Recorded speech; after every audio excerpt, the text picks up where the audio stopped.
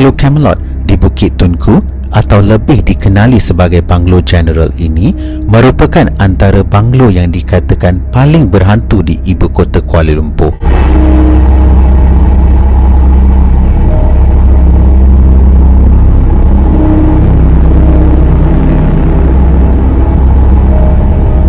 Banglo ini juga dikatakan pernah menjadi lokasi pembunuhan di mana mayat telah diseret ke kawasan kolam di bahagian belakang banglo ini.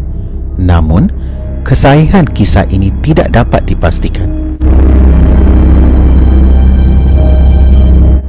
Yang lebih jelas adalah banglo ini pernah didiami oleh seorang datin yang berbangsa Cina.